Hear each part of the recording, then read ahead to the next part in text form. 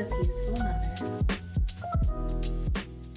Hello and welcome to The Peaceful Mother, where I empower you to go from reactive parenting to proactive parenting, helping you heal old wounding and teaching you how to regulate your nervous system so that you can show up as the peaceful parent that you aspire to be. I'm Emily. I am a parenting coach, a trauma recovery coach, and author of The Angry Mom's Guide to Self-Regulation. You may already know me from my Instagram or Facebook pages. Whether you are new here or not, I am so glad that you decided to click on this video. Please remember to subscribe, like, comment, and share so that we can get this information out there to as many parents in need as possible. Thank you. Let's get into this. All right, so today I am going to be talking about how we can begin to start really identifying and sitting with our emotions after years of suppression. And this is actually a topic that was requested by some of you. So, I know a lot of people are coming into conscious parenting or emotion regulation, like learning how to regulate their nervous systems, learning how to regulate their emotions for the first time, learning how to show up as this like gentle or peaceful, conscious parent who parents intentionally instead of reactively. And so, a lot of us are coming into this work really after years of suppressing our emotions because of a number of reasons. I mean, we live in a society where, emotions are not very well understood and very well accepted, at least not, the negative emotions. And a lot of us were parented traditionally or in a very authoritarian way or a neglectful way. And these parenting tactics can send the message that emotions are not safe, they're not acceptable, you're not lovable when you experience or express difficult emotions, things like that. And so as children, we learn to start suppressing, and then that builds and builds and builds. And here we are adults now, and we are trying to be the best parents that we can be for our children. And we're trying to break cycles, and we're trying to teach them about emotional intelligence. And so that requires that we learn a thing or two and are able to model that for our kids. So I'm going to start by just kind of talking about why suppression is less than ideal, talk about why it's valuable and important to be able to sit with our emotions instead. And then I'm going to give you some tips on how to actually start identifying them and how to actually start sitting with them. So let's do this. All right. So why is it not ideal? Why is it dangerous even to suppress our emotions? Well, the first thing to understand is that emotions are, our emotions are very much like the immune system. The immune system is responsible for keeping our body healthy and keeping out what threatens our health. And emotions are there to make sure that we are safe. They are communicating messages to us through our bodies about the situation that we're in or our environment, the relationship, whatever it might be. And it's communicating to us that this is either not safe, it's potentially just not in alignment with our values or our boundaries, things like that. So our emotions are always sending us messages, whether it's happiness, it's fear, sadness, anger, all of these emotions are sending us some kind of message. And we want to be able to listen to them because we need to stay safe. And now that we're parents, it's really that much more important that we stay safe because our children need us. They need us to be a part of their lives. They need us alive. They need us well. So we need to be able to stay safe. And the better that we can do this for ourselves, the better that we can do this for our children and do one of our primary jobs of keeping them safe, of protecting them. So we want to be able to read our emotions so that we understand when the situation might be harmful. There's a potential for risk, for threat. And like I said, that our relationships are good for us, that they're not toxic, things like that. And even things about our health, we want to be able to understand what our body is telling us because we want to be able to understand all of the various symptoms that we experience when our health is in trouble as well. So another really important thing to understand about emotions and suppression is that we actually have research now that shows that the more that we suppress our emotions, the more ill we tend to make ourselves in the long run. So not only are we suppressing, potentially suppressing symptoms of health issues, but we're actually creating more illness for our body. And this is because emotions are neurophysiological experiences. It's not just something that we're, thinking or feeling in our mind. It's really, I thought I had a bug on me, it was my hair.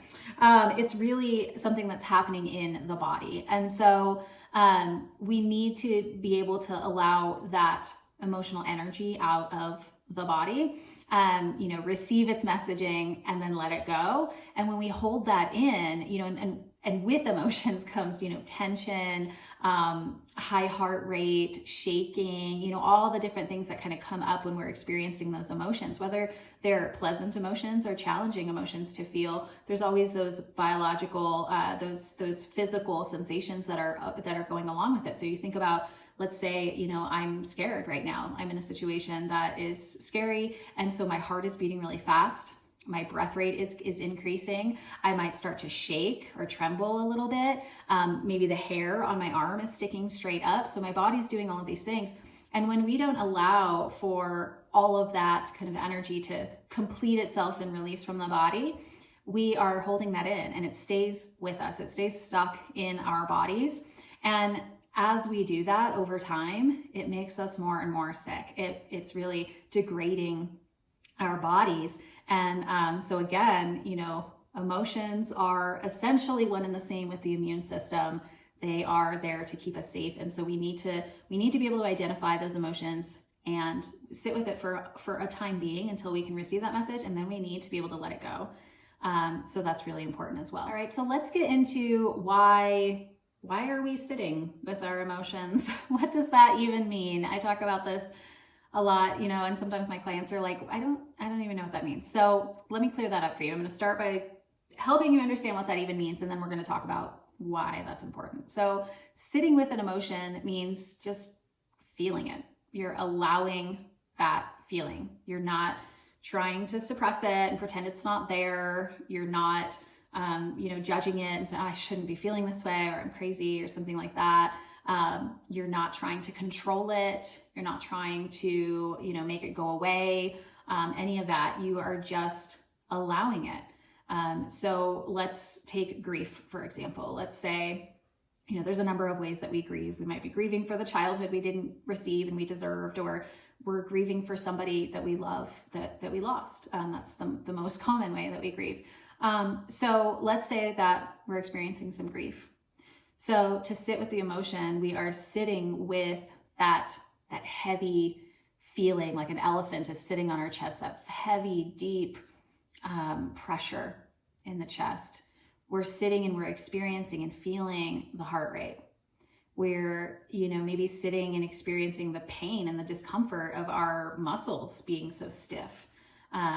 Or maybe we're sitting with this feeling of just kind of this like loosey-goosey, just kind of noodle, like wet noodle feeling, like we're just, our muscles and everything is just so kind of like maybe lazy or just very loose, very kind of like sluggish, and so that's another way that we might experience that emotion. It's just feeling this, the hunching of our shoulders and feeling the lack of tension, the looseness in our muscles and things like that. So whatever it is that your body is experiencing with the emotion, you're sitting with it, you are allowing it, and you're just feeling it.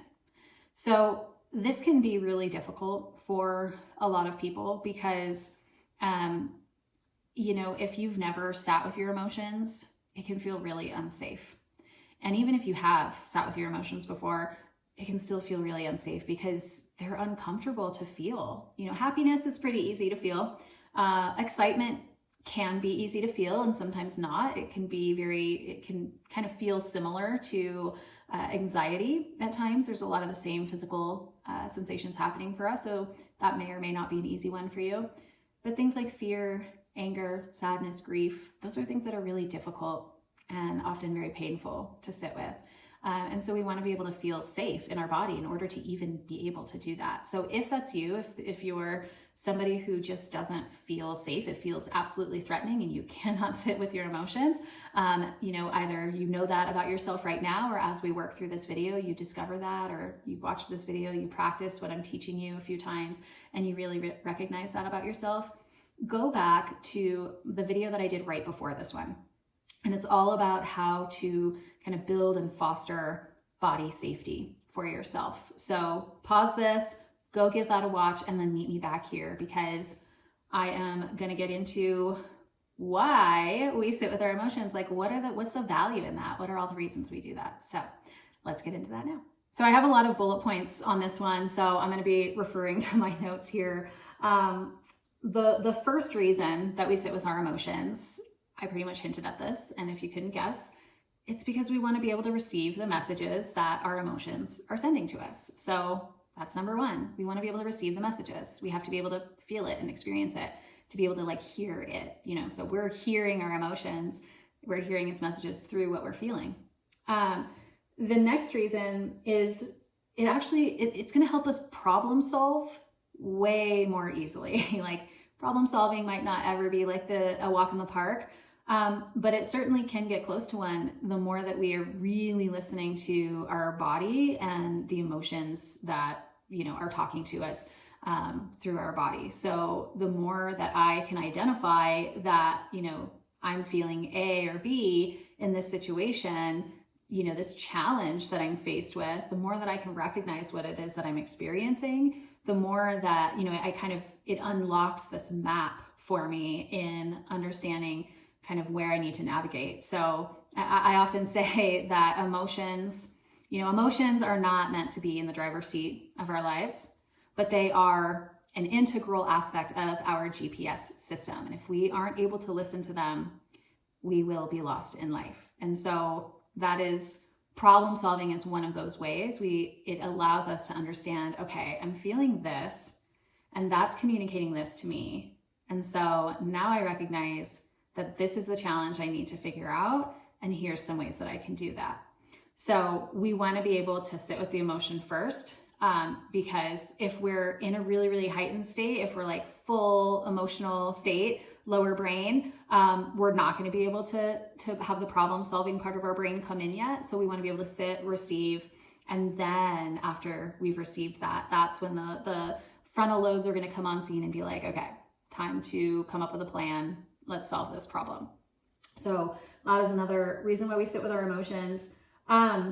The other reason is you can actually, regulate yourself more effectively once you've received the messages. So sometimes receiving that message and realizing, oh, I'm feeling so angry with my kid right now for not putting her shoes on when I told her to, because it actually makes me feel out of control. And that's really scary for me. And that takes me back to this thing or this, frequent issue from when I was a child or whatever. There's this kind of snowball effect of realizations. And so sometimes when we receive that message, that's enough for us. We're fine. We're like, oh, okay. Anger diffused. I'm good to go now. Logical brain's on scene. We're good to go. And other times, we have that realization, but we still need help to really release that frustration, that anger, that emotion. And so that's where a lot of what I teach in my other videos about kind of giving you different techniques on how to regulate the nervous system so that because again, we need to feel safe. In order to regulate our emotions, our nervous system has to know that it's safe. So as long as our nervous system is dysregulated and in this state of fight or flight, this threat response system, we're not going to be able to regulate our emotions very effectively because we don't feel safe. Our body's there's a tiger right there, it's go time, so we're not oh, peaceful. I will say regulation doesn't always mean peaceful zen, but my point is that you have to have a regulated nervous system to some degree, largely in order to regulate your emotions. So you sit with your emotion, you receive that message, you understand now what's kind of going on for you, you understand your next steps, and now you're at a place where you can more easily access okay, I'm feeling a lot of tension in my jaw, like I'm about to yell at my kid. And so you recognize like, okay, in order to regulate myself, I need to start really massaging this area, stretch it out, tug on my ears, really start to loosen that up and, focus on my breathing and regulate. So the next reason why we sit with our emotions, it really, because I expressed that suppressing our emotions can lead to illness, to disease, to breakdown, being more prone to injury, things like that. When we're able to sit with our emotions, that doesn't happen. Instead, we're able to improve our mental well-being and our physical well-being overall. So our overall health and well-being improves when we learn how to sit with our emotions rather than just stuff it down, pretend it's not there, suppress it. The other reason is stress reduction. So, life is stressful. There's traffic, there's financial things. I'm in the process of moving my business from one state to the other. There's a lot of extra paperwork, a lot of hoops to jump through, just a lot to do. And so there's always going to be something that's like stressing you out. And when we can sit with the emotions as that stress comes to us, like we're better able to manage the stress and reduce the stress. We can deal with it as it comes on, so it's not building and building and building. We're just like, okay, I'm starting to feel like really flustered about all this paperwork that I need to do or whatever it is, and so it's like, okay, I'm going to take a break and I'm going to work on some regulation, or I'm going to just take a break and listen to a song that makes me happy. That is regulating. So whatever it is that you need, you recognize how to reduce your stress and manage your stress as it's coming. And then the last thing is that it improves your relationships.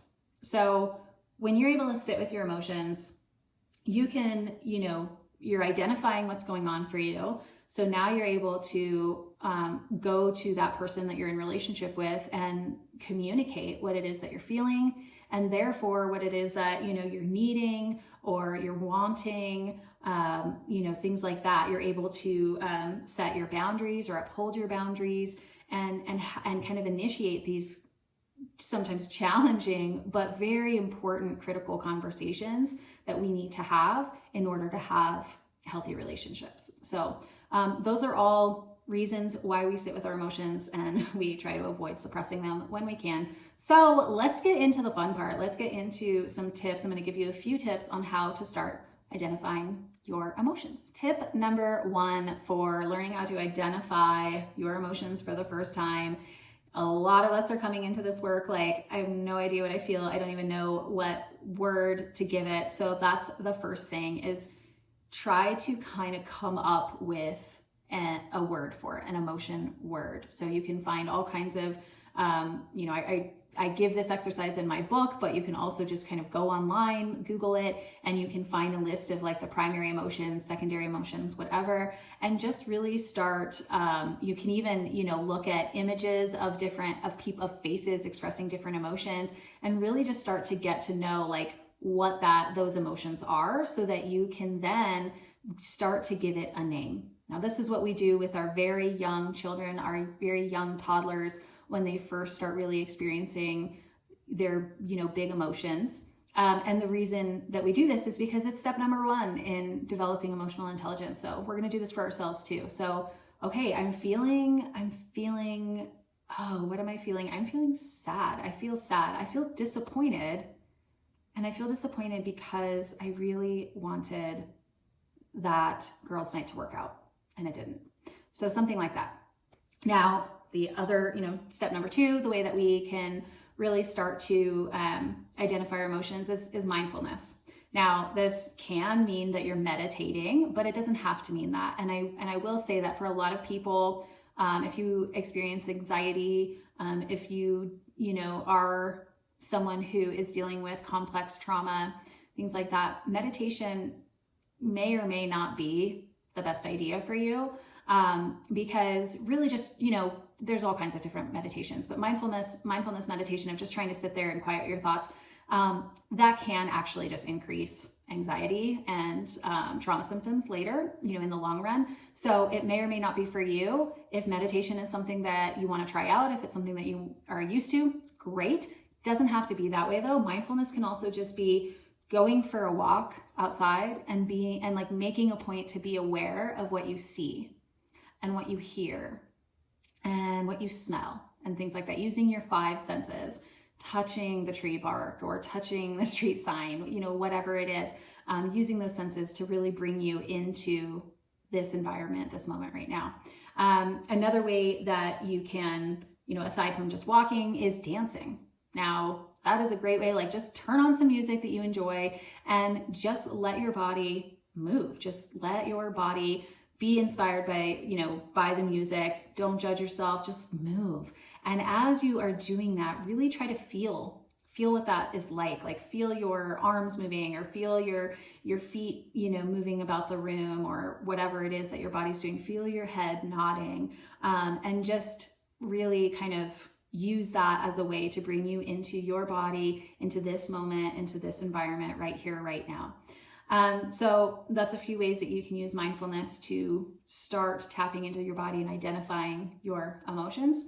Another way is journaling. So, you can, I know we're all busy here, we're all busy parents, but you can just take like a couple minutes at the end of the day, during nap time, whatever it is, and just, make a point of kind of writing down those emotion words that you've been able to identify, being able to kind of, write about any body sensations that you're recognizing, in that moment. If you're not able to identify anything, then write that, and just write what comes to you. The other way is doing a body scan. So this is, I actually have a video. So again, pause this video if you're curious or wait till the end and go back and scroll back on my channel and you'll find my video. It's a guided body scan meditation. I say meditation, but I don't know if you would count it as a meditation or not. But it's a guided process of you going through each part of your body and just really bringing awareness to it. So the more that you can do that, the better you can identify what's happening in those body parts, and then you can identify what your body is communicating to you, where your emotions are being held, and what they're manifesting in your body for you, heart rate, tension, all that kind of stuff. The other thing is, everything I went over in my video on connecting with the body, those are all really powerful ways, to help you identify what's going on in your emotions. So I have one on connecting with the body. I have a video on the body safety. Any of that stuff is going to help you really start to identify those emotions as well. And now for some tips on how to actually sit with the emotions. Now you've identified what it is that you're feeling. How do you just sit with it for a little bit, and listen to it before you move on with your day? You move on to kind of helping yourself regulate, release the last of that emotional energy, or go take action, set that boundary, solve that problem, whatever it is. A few ways that you do this.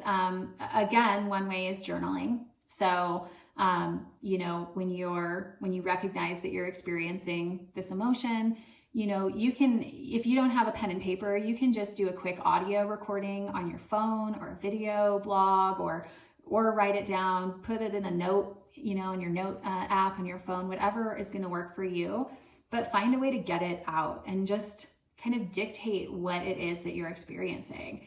And, so it might look like, let's say, again, I'm experiencing grief. It's really, really painful. And so I'm writing or expressing in whatever way I'm saying, I feel this tension in my chest.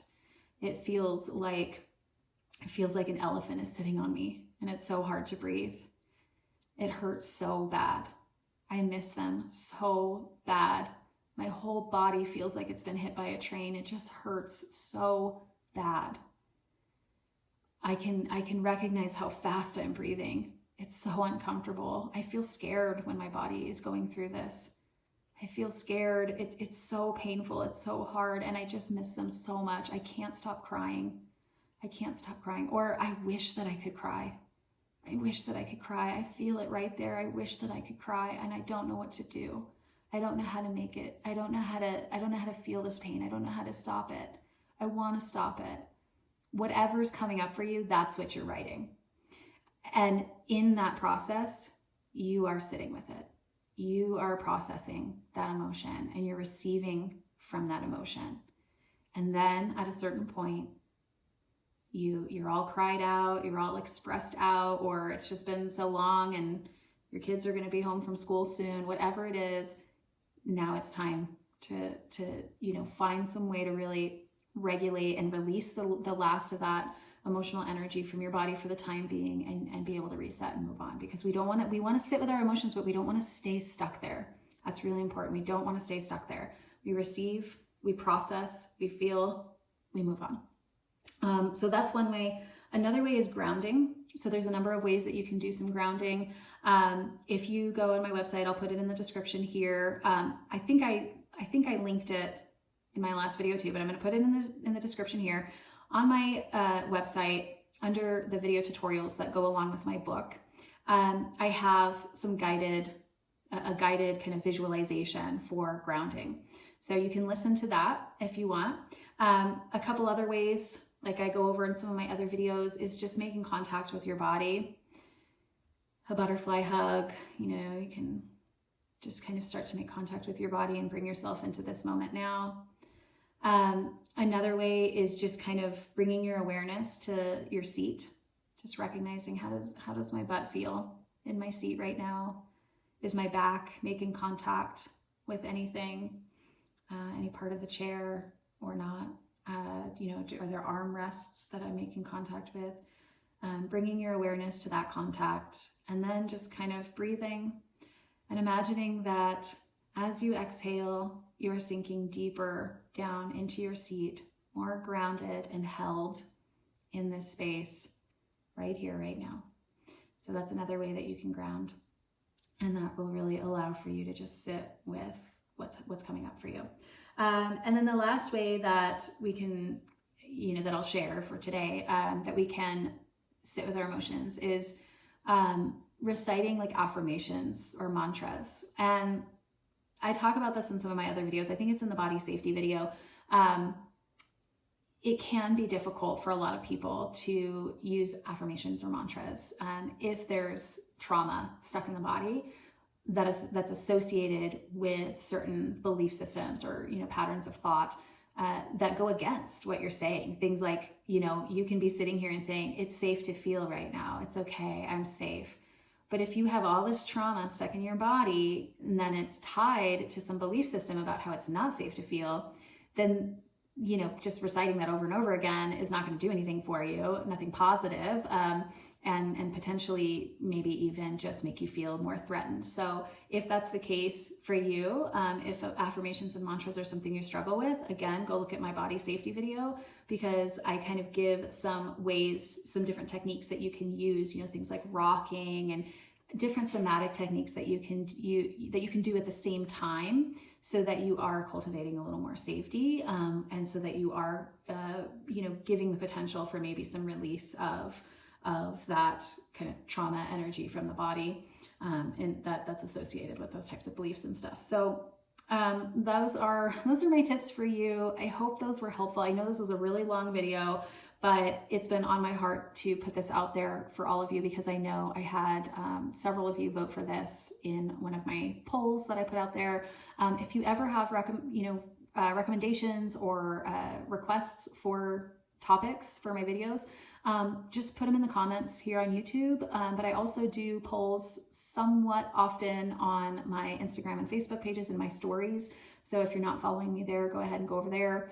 And just let me know. And a lot of times, I come up with ideas just from the questions that you send me in your DMs and your PMs and things like that. So I am here for all of you. So whatever it is that you are feeling that you need, please let me know, because I would love to help you out with that and get that information out there. And I am pretty sure you're probably not the only person who has that question or that challenge or whatever.